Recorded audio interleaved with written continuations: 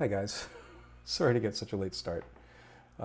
Just working out the details in OBS. It's a fun thing to do. But yeah, we're retro live. Woo! So let me go to the code page again. Hello, code. So let me start over, give you a little background on what I've got here. And we'll switch back to OBS a little bit and put that window back, and there we go. Okay. Hi. My name's Scott Latane, and I'm a coder who has been coding since about the early 80s, and had a chance during that time to do a lot of coding on the Atari computer. At one time I was coding on I think my first computer was a Sinclair ZX80, and that was not satisfying because it's only got 1K of memory, or 2K if you got the expansion, and it was not the best platform. So there was a period of time when I was like itching to have a real something to work on, and at the time the computers that were coming along were your Apple II, your Atari 800, and so on. So you have your Atari 800 was the was the computer of its day. If you wanted to have like the best, coolest Atari 8-bit computer, you wanted to get the Atari 800, which was, looking at it now, it looks so retro, and yet it would almost fit in with the decor of the designs that people are doing these days. So, especially in your DIY space. So in any case, I really enjoyed programming this machine, and it was a lot of fun, and I did a lot of stuff in BASIC with it, and eventually you run out of space in BASIC to really accomplish much, and the speed isn't enough, so you little by little I would be transforming things from BASIC into assembly language to make them quicker, or to save space or recover space that the BASIC language had used up. So during that particular time, I wrote this app called the Tracer, which we can load here from this disk. And this was kind of like one of the major apps that I did, because it has it was written. Oops, that's not the right key. Display scale 4. Okay, I guess it's already scaled. Just wanted to make sure it's as big as a Corvair. So this is the app here, actually. The program written in Atari Basic and then compiled using a compiler called the, I can't remember the name of the compiler, but it was essentially a compiler that would convert from your Atari Basic into something, let's just look at Tracer, into something that would run faster, basically. Instead of the way that BASIC would work with its tokenizing, it would do some clever things and make everything work better, like more efficiently, essentially. It's stack based, and it was really smart. So going back here for a second, I just want to mute some audio. Okay, there we go. Oh, and also pause, just to get some computation back. Hey, look, there you go. See, the green screen even works better. There you go. Hello. All right, good. So, it was a different kind of era when you really had very limited resources, and if you wanted to do anything interesting with your hardware, you had to have know how to talk to the hardware and how to deal with it. So there is actually nowadays there's a whole revival in building stuff for especially for the Atari 2600, and for the Atari classic computers, also for the Commodore 64 is making a comeback. I actually just picked up an old Commodore 64, which I intend to work on a bit more. I don't have a display for it, but I'm going to get some kind of adapter and mess around. But all these platforms had very interesting custom hardware and chips in them, and so if you knew how to talk to those chips or program them, then you could get it to do interesting things. Like oftentimes the display was very chunky. You may only be able to display, a certain small number of pixels on the screen, but you could always do a smooth scroll by having the screen shift a slight amount over using the hardware. And so you could combine doing small shifts with doing then big shifts, and then you'd run back small shifts and then big shifts, and you just do that over and over again to get smooth scrolling, even though you were only doing chunky scrolling but faking the smooth scrolling in between. You had all kinds of neat tricks like that that were employed both on the Atari computers, the Apple computers, although Apple was more bitmap based. But the aim of all these was to provide some kind of platform where you could at least get your computing done and have the processor not have to do all the work.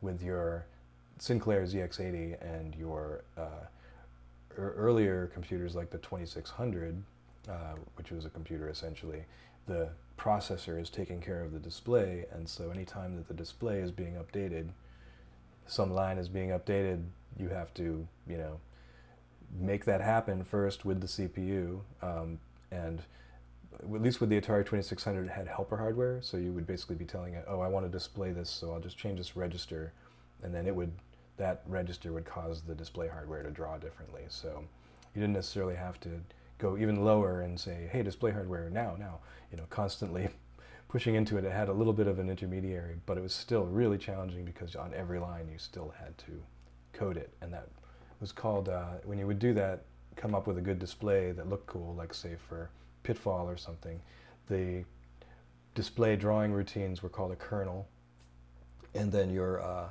code would run somewhere, your actual logic would run somewhere maybe after the display had been updated, or maybe in some part of the display where you're not doing much, you could run a little logic in there. But essentially they were challenging in that regard. They required a lot of hand-holding. So when the Atari computers came along, like the 800 and so forth, they were a little less finicky that way. You could update things and not worry about having to keep up with the display unless you were doing special effects. And some of those would probably be demonstrated through some of these live streams. My initial aim is just to introduce you to the tools that I'm using to actually code with and get things like Bottari Basic and Atari Basic and 2600 code and other things all being able to run and tested and actually running in a debugger as well. So I have all these options, and so the first thing I'm going to introduce you to is Bottari Basic.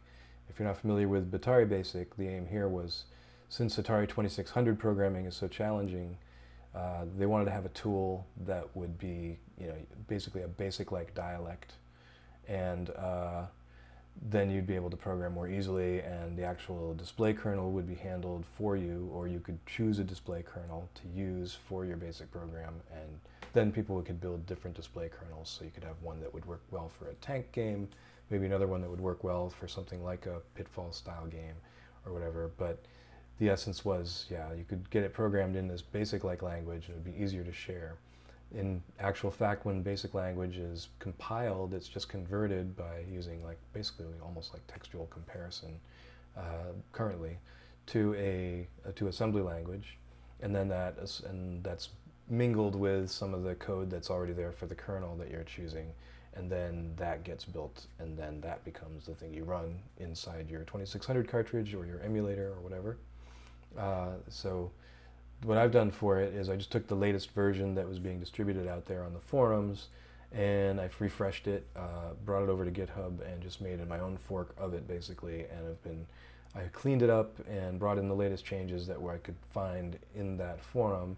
There may even be further work being done that the same author is doing. We haven't really discussed it a lot, but I just got this in here and haven't been making a lot of noise about it because I haven't actually had a lot of time to work on it beyond the initial cleanup. But it is better, a little quicker, a little cleaner, and I hope to keep making it a bit more clean so it's clearer. And then, since we're working with something which is sort of a language in flux that's being invented, Bottari Basic isn't an ISO or anything like that, or a standard. It could continue to build around it and make it better. So things like if you wanted to have different operators that weren't there, you could probably add that. But we're talking about things that are maybe going to fit in a 4 to 8K cartridge, although you can get pretty big with them now, 64K or more. But you're talking about something that uses 128 bytes of RAM. That's the entire RAM space you have to work with, and then some of that's even used up, and then some of that is the stack. So yeah, all kinds of things are very challenging on the 2600 out of the gate. You have to be very clever and not keep a lot of variables around. So the games tend to have to be very simple, but you can get a little clever if you know how to use tables and things, and you can move things around in ROM and stuff. So yeah, so I've got this hosted on GitHub here at the link you see, thinkyhead/Bottari Basic. Then I also have a set of tools which are called the 6502 tools, which is aimed initially at getting stuff together for be able to build within Sublime Text for the Atari 6502 computers. So there's the 2600 and the 800, 400, etc. family, and and I did a little work for Azzam to make it easier to build in Azzam, so there's some tools there, and Azzam build essentially uses Azzam itself actually has a facility in it, so you just need to make something called an Azzam build file with a dot in front of it with .js, and it'll automatically execute that when you try to do a build from a certain folder. If you're using the right, if you're using the Azzam build plugin maybe. So there's a clock example, and then there's like a hello world, or no, actually a combat, which is actually the combat cartridge from the Atari 2600. So I can build and run that, which I'll demonstrate. So other things that I created for Sublime Text here are for a theme for the Atari 800, so it has the right kind of like syntax colors. Basically it's the whitish and the bluish background. Then I also created some other colors so that I could do syntax highlighting, and so it's sort of a pastel kind of palette. So it basically takes an LST file, which is a clean listing, and just color codes it, and it's able to parse the language enough to be able to show you if you have a syntax error or something like that. And essentially the parser works a lot, I noticed, inside of Sublime for languages isn't a lot different from the way that parsers work for that the Atari Basic parser tokenizer worked. So there's some interesting parallels. Anyhow, that's there. And then if you'll notice, there's also a font which is the exact font from the Atari, and actually someone put out a sorry about the colors, they're set up for day and night, and depending on what I'm looking at on the screen, it's actually sensitive enough to change the behavior. Isn't that hilarious? So I may have to put a bright light on myself or something like that. Let me try that, hold on. Let's see if that works. Oh yeah, who knows? Who knows if it'll work, we'll see. Anyhow, I'll come back to Tracer in a minute, which I was going to talk about also. But so, where were I? Let's see. Talking about this stuff. Yeah, so there's actually someone put out a font. Yes, thank you for showing me that. For the Atari that's got Unicode support and everything, so you can actually get all the alternate characters and everything. So I've also made some scripts that would convert between the Unicode version and what's called Atari ASCII code. And so if you're looking at the code inside of Sublime, it looks just like it would. The tricky part I haven't got, I want to make like a palette where you can type the special keys, which I haven't got yet. So I've got to add that to Sublime, but that would be cool. So essentially, you can, like with the other languages, like with 6502, like with Bottari Basic, and like with Atari Basic here in LST form, the build system in Sublime is I've hooked in there, so you can hit Command B and it'll actually build and run this code. So in this case, a list file, all it has to do is actually just import it, as it were, into the Atari emulator, and it runs it at that point. And so you'll notice if you look at the listing, you'll see there are like abbreviations and stuff, and I think that makes it faster. Should make it faster for importing. So I've tried to do that in all cases, and I've got some interesting code samples which I'll show you in a minute. So there's a bunch of description of the files that come with it and what each of them does, but essentially there's stuff for the 6502 assembler to look proper in basically syntax coloring, and I still have a lot of work to do on that because there's so many variants of 6502 assembler. There's macro assembler. There's a build system for the VCS, the 2600. There's a Bottari Basic build system. There's Atari Basic, so you're straight up Atari Basic. Original cartridge. There's also extended Atari Basics, but I'm not supporting those yet, but I'd like to.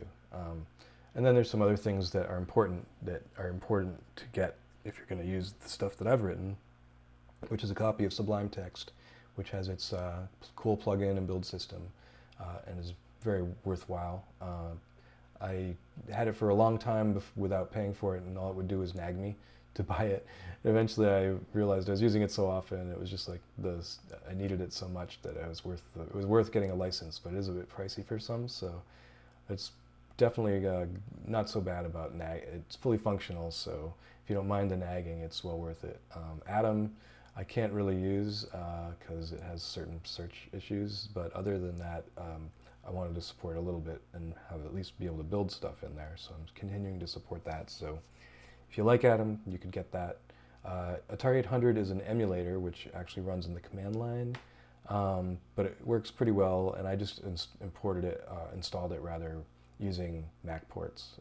But there's also other versions for different platforms, and all you have to do, you just need some way to invoke them, to invoke the binary and maybe send it some options. So I'm conveniently using Unix, so I can just use the command line version and send it the options on the command line. Depending on your system, you may have to finagle other ways of doing it, but there's almost always some way. I'll show you the scripts that I have are essentially based around the assumption that you're using a Unix or Linux system.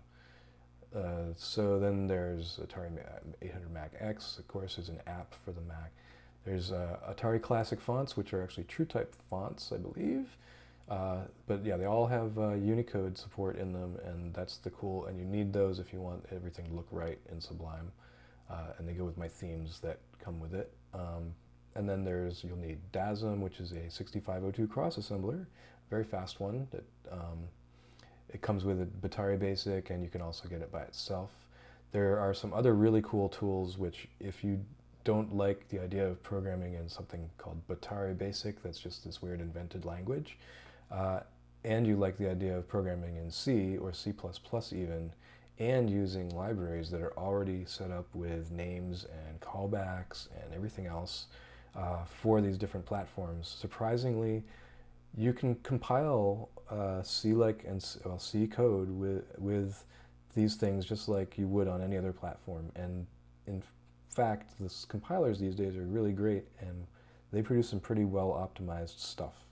So if you like, and I believe that CC might stand for cross compiler, but yeah, it's essentially, it supports lots of 6502 platforms and produces a binary that you can then execute through your particular DOS or whatever you have on your old emulator. And then there's also CA65, which is a companion to CC65, and it's an assembler. It turns the assembly into actual binary code. And that CC65 will first turn things into assembly and then run it through CA65. So there's always an assembly intermediary, which is great because you can get to see how your code is being optimized or not, and you can fix things up. Oftentimes you can write a pretty thorough program in C or something and then go through it and just really clean up the C or the assembly and just use the assembly as your basis from that point forward, if you're that kind of geek. The other thing I included was Atari Tools, which is, or you'll also need rather, is Atari Tools. The ATR command, all it does is just lets you create and manage ATR disk images and do things with them.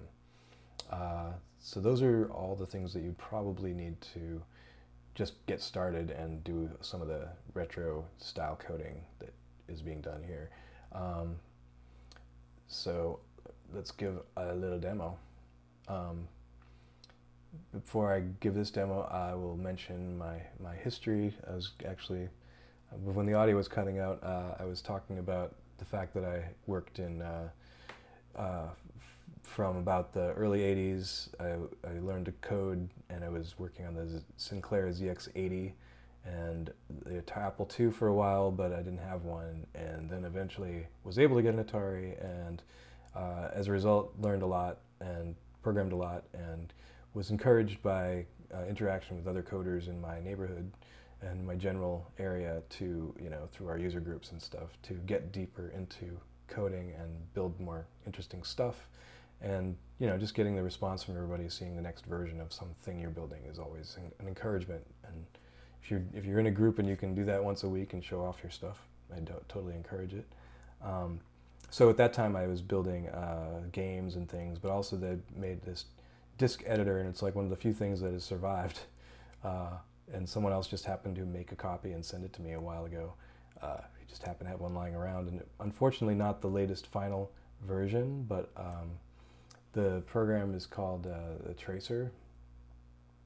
And let me just demonstrate it first. So we come into our emulator, we load the file tracer from this disk that I have inserted, and there it is. 1984 is when I was working on this particular version. So I'll just pick tracer as the file I want to examine, and voila, here you are. It's telling me that it starts on sector number 85, and the current sector is 85, and the next sector that is pointed to in the file chain is 86.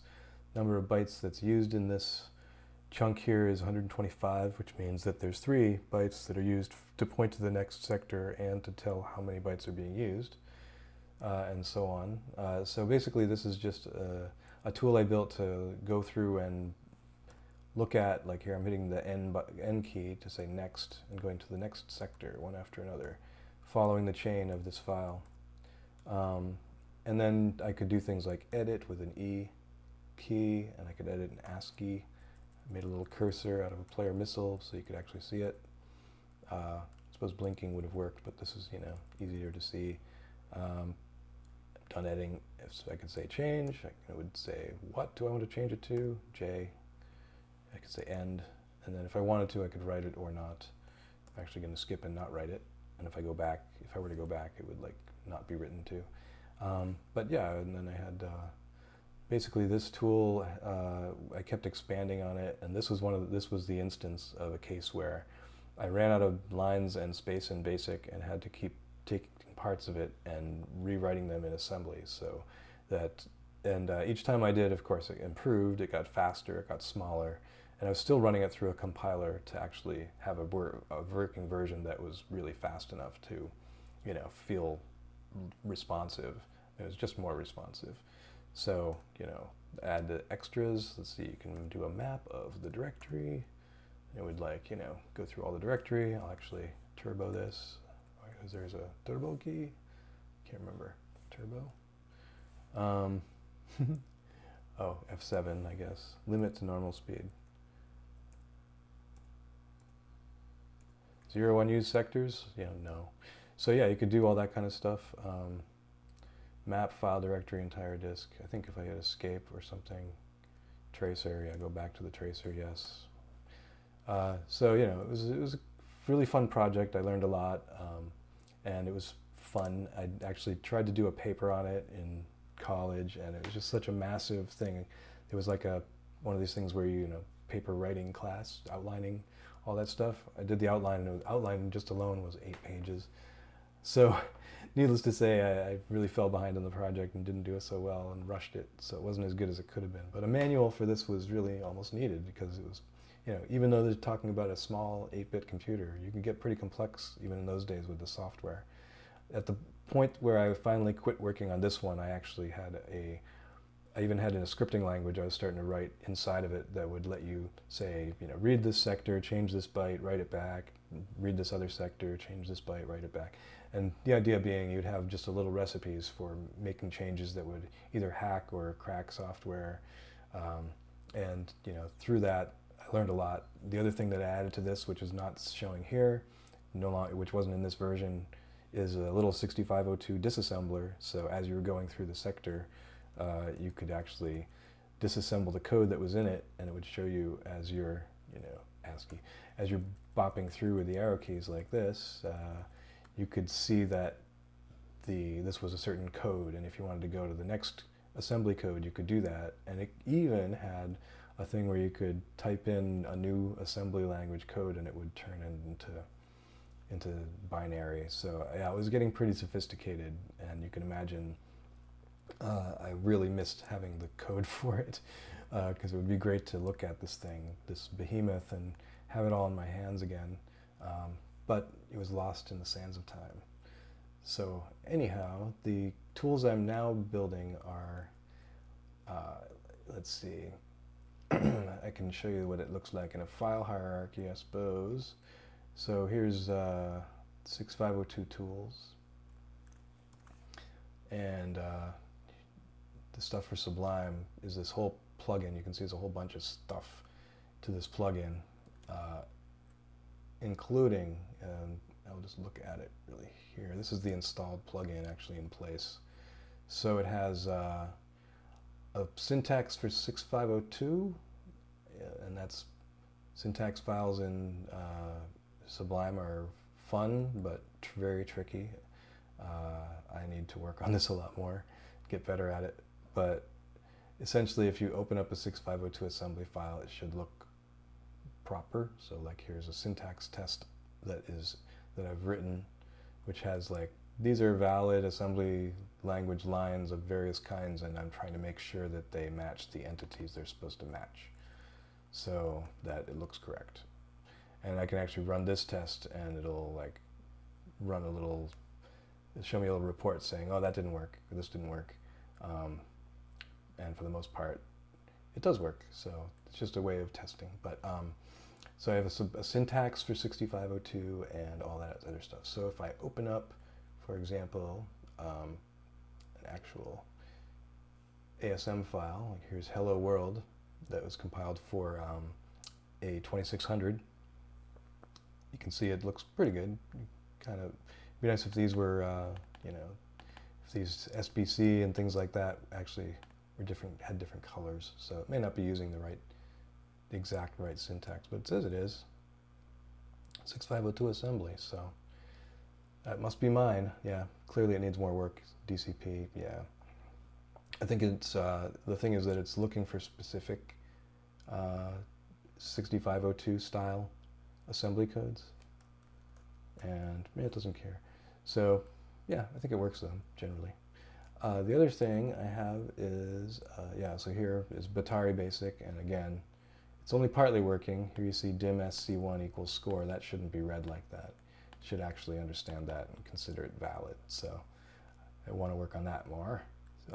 But let's take Zombie Chase, and I'll show you that you can choose the build system. You can say, I want to do a Bottari Basic, and this is what a Bottari Basic sort of looks like. If you look closely at this, you can sort of make out that it looks like a zombie, where the ones are. And so if I actually build and run this, it's a game, and I can press. I'm supposed to run over zombies. That's the idea. Run them over and kill them. And each time I do, it leaves like a gravestone, and I have to avoid the gravestones because they become obstacles. But that's just, it's just a demo. It's not a really serious game of any kind. But it works pretty well, and it gives it an essence of what you can do. So this could actually be deployed onto an Atari, a real Atari 2600 if you wanted to. And why didn't he leave another gravestone? I'm not sure. But yeah, he's not getting away from me this time. There you go. You're dead now. Oh, zombie. Oh no. Ah, yeah, okay, so there you go, I left him. So hit escape and you're out. So yeah, if you're working on code, it's very quick, and it shows all the output in the shell. We also have Atari Basic itself. So here's probably Hopper's not the best example. Here's an interesting one that I've written recently, and as you can see, it's Atari Basic, nicely colored. And I've tried to, optimize it a lot by using variables instead of constants where possible and things like that. So if I actually want to build this, I have to make sure that it knows I'm in Atari Basic build. It's only one at a time. And then we'll build it. And it's creating an Atari instance, opens it up, and there you go, it's running. I got to slow it down. But what this program does is it just lists itself. It looks at its own tokens in the memory and then outputs what the lines are. And here it's in the mode where it's outputting lots of extra detail. So, yeah, that's a pretty interesting one. I forget what break is it, F6? F7? F7 break. Yeah, so.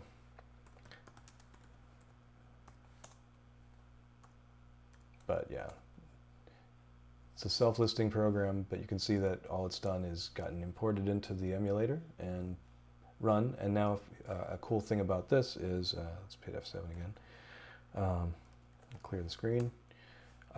You can tell this to print it using list. You can say list out to the printer, right? And when you do that, I've had it set up so it goes to a script, and it actually takes the listing and sends it over to Sublime. So I now have a thing called atariout.lst stored on hard drive 1, where all basically my emulated hard drive is. And this is all the code.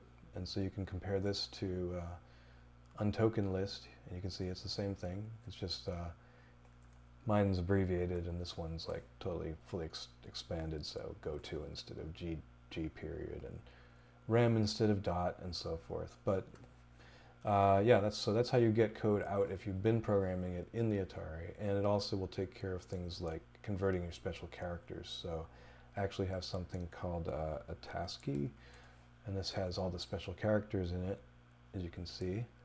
And so if I build this, it automatically brings it over. Oops, I'm in turbo, so it doesn't quite do the keyword right. There we go. And if you list it, you see that it actually has brought all the characters over correctly. And there's, I think, one or two characters one character that would have trouble with, which is like the return character.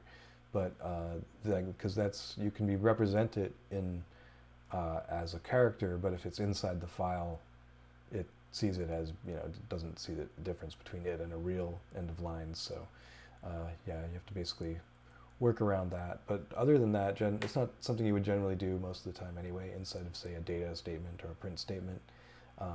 You'd more likely, do it other ways. But so that's pretty cool that you can do that. And so I've actually taken some type-in code, and actually brought it in. I'm working on Hopper, which is from Softside Magazine, 1982. And that's like a Frogger clone. It's nowhere near done. But I did bring in Space Attack, so I'm going to grab that. Space Attack, yeah, there it is. So this one was done by Sheldon Lehman, who was kind of well known for being a clever programmer back in the day. And this is in December of '81, and this was in Softside Magazine, I guess it was. So if I build and run this, you can see it's a Space Invaders game. And I don't have the joystick turned on, or I would, or do I? Maybe I do. But yeah, I don't have my joystick emulation turned on, right? But this is essentially a little, oops, it's left the player missiles on the screen. But emulators do a pretty good job of making these weird artifacts of the hardware look like they're supposed to. Sort of a shimmering curtain of weird data is what player missiles look like until you had them properly initialized and pointing at a buffer and all that. So yeah, you can see all the player missiles are screwed up because I think these bugs were in the original code that was published. So it's not like I typed it in bad. But so the thing is, this, every time I run it, it opens a new instance. So I have to make sure, close all the ones that I have open, and they will go into like weird flashing attract mode. Yes, mode. So these are the tools I have here for working with Basic. And then what have I got for let's see, I haven't done any fun things with assembly. I really want to mess, or not assembly, but the C compiler stuff, the cross compiler. That seems the most interesting way to go because you can actually hold it in your head, whereas things like assembly and coding in assembly, and probably even Bottari Basic, because Basic is sort of the way it is, it can be hard to remember keep everything straight. But yeah, there's Bottari Basic ASM. Let's see, Zombie Chase. Yeah, so Zombie Chase again. Sorry about the syntax coloring. Still not quite there. I think if I made it work, sort of like took my Atari Basic and brought it over and then tweaked it, it could almost work. But I got so far. I think the one thing I didn't know was that you could have colons separating statements, and I clearly didn't work out else yet. And yeah, I'm just doing it piece by piece, clearly. But yeah, it's surprising how small a game can be in Bottari Basic. If you look at the assembly output of this, I'm sure it is much uglier because it has all the other stuff going on. Plus it's, a line that says just do this ends up being do this, much longer when you look at it in assembly. But yeah, as I look at this now, it is very complex. But it can be followed. All of this is basically coming from the basic, and I'll show you what the original basic was, probably in a lot of cases. And again, you can optimize this if you don't like it. ROL, ASL, that seems wasteful, but that's what you gotta do sometimes. All these labels, that are hanging out, all the same place but different names, things like that could be tweaked.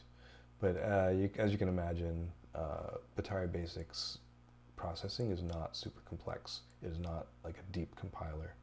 And it does a fairly good job, though, of producing the assembly output that actually compiles and runs.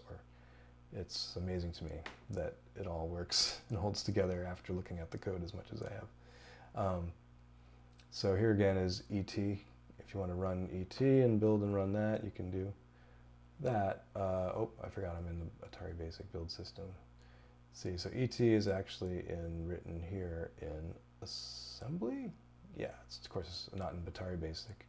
So we switch our build system back to Atari VCS to build this, and there you go. There's the ET cartridge. Dug up the actual code, you can read it, and you can fix the whole stupid thing where you fall into holes all the time.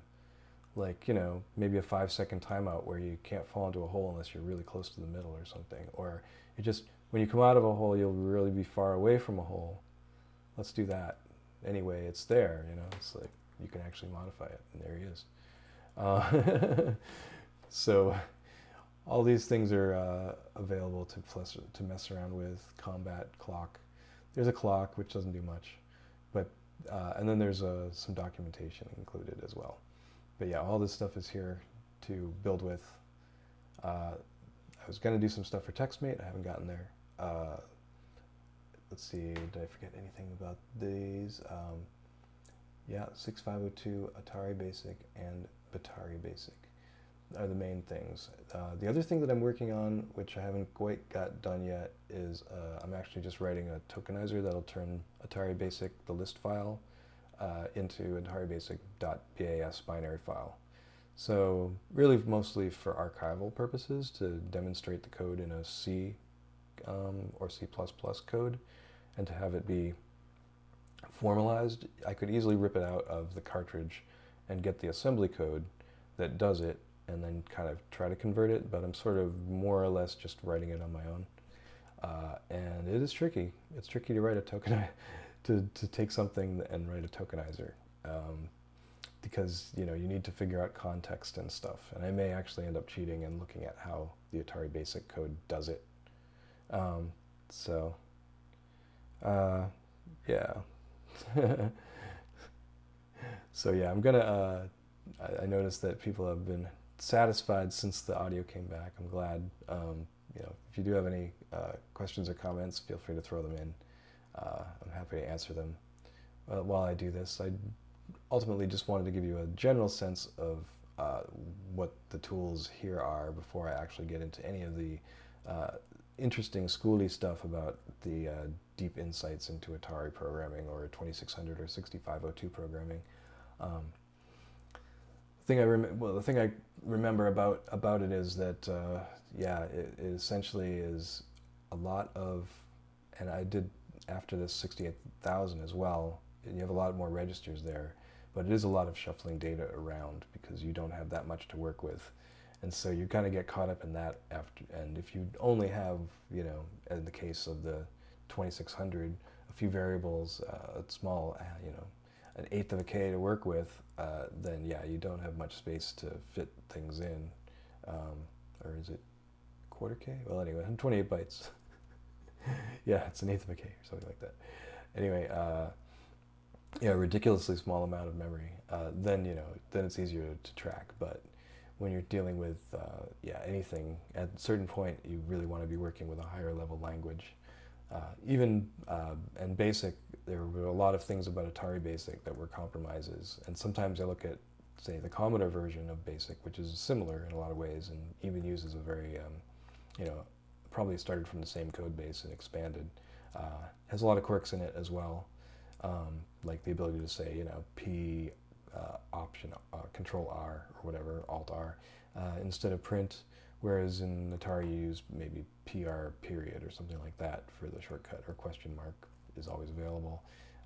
But yeah, they're similar but different, and there are things about each that sort of like, I wish this was on one, and I wish this was on the other. But they're very fun to play with for someone who's doing a lot of coding now on Arduinos and some of the things which run at 16 megahertz. It's interesting to go back to the days where these things running at about 1.7 megahertz, 1.7 megahertz, so about 1/10 the speed of your average Arduino running a 3D printer. It's interesting stuff, and seeing how you had to optimize to get the amount of cycles you needed to do tricks. There's a lot of really neat tricks that the Atari can do to achieve clever animations without having to do a lot of redrawing or moving bytes around with, for example, character graphics. And so I'm going to be demonstrating some of that kind of thing, and how to do it first from Atari Basic and then getting into 6502 a bit more. And it's going to be a periodic weekend-to-weekend Sunday live stream. And I don't have a lot of time to work on individual projects like during the week, so I have to sort of come up with things that are fairly quick, and then we'll wing them more or less during the Sunday podcasts or live streams. What are we calling them now, kids? Live stream? Yeah. So yeah, I'll be aiming to do at least once a week, and having something fairly complete that I can demonstrate and we can get through. Demonstrating one or two small principles. With Atari Basic, there isn't much to say. You can almost read it as like English. There are things that I would like to be able to do, like with my tokenizer, that would make this cooler, because you could use different syntax. Line equals line plus 256 times B. I could add a line plus equals 256 times B instead, and that could be valid syntax, or whatever. As you'll see, it knows what syntax is valid and what isn't when I type in here. If do hex, then yeah, it doesn't know what they mean. So yeah, this is I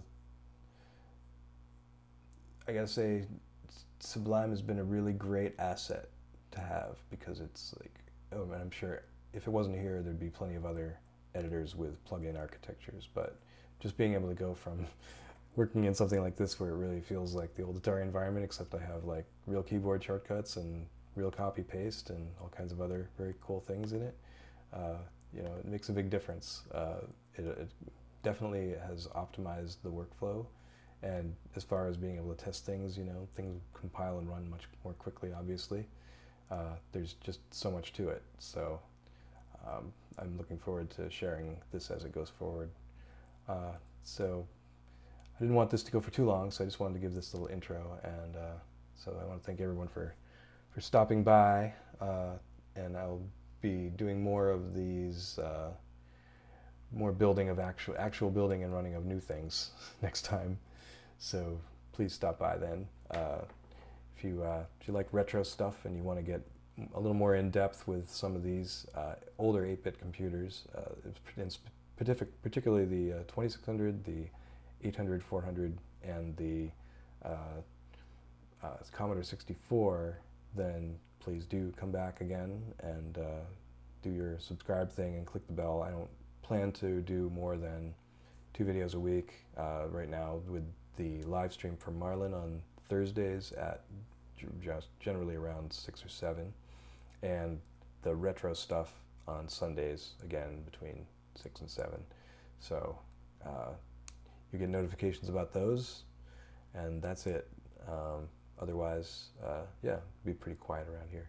Mainly we're just working on the Marlin code and testing and trying to get through the week to the next thing, and there's just a never-ending slew of projects, so yeah, it's better if we keep it down to just the once and twice a week. But I do like to share what's going on, what I'm working on, so it's worth it to take out the time to share with you guys. So thanks again for stopping by, and I will see you next time with a better green screen.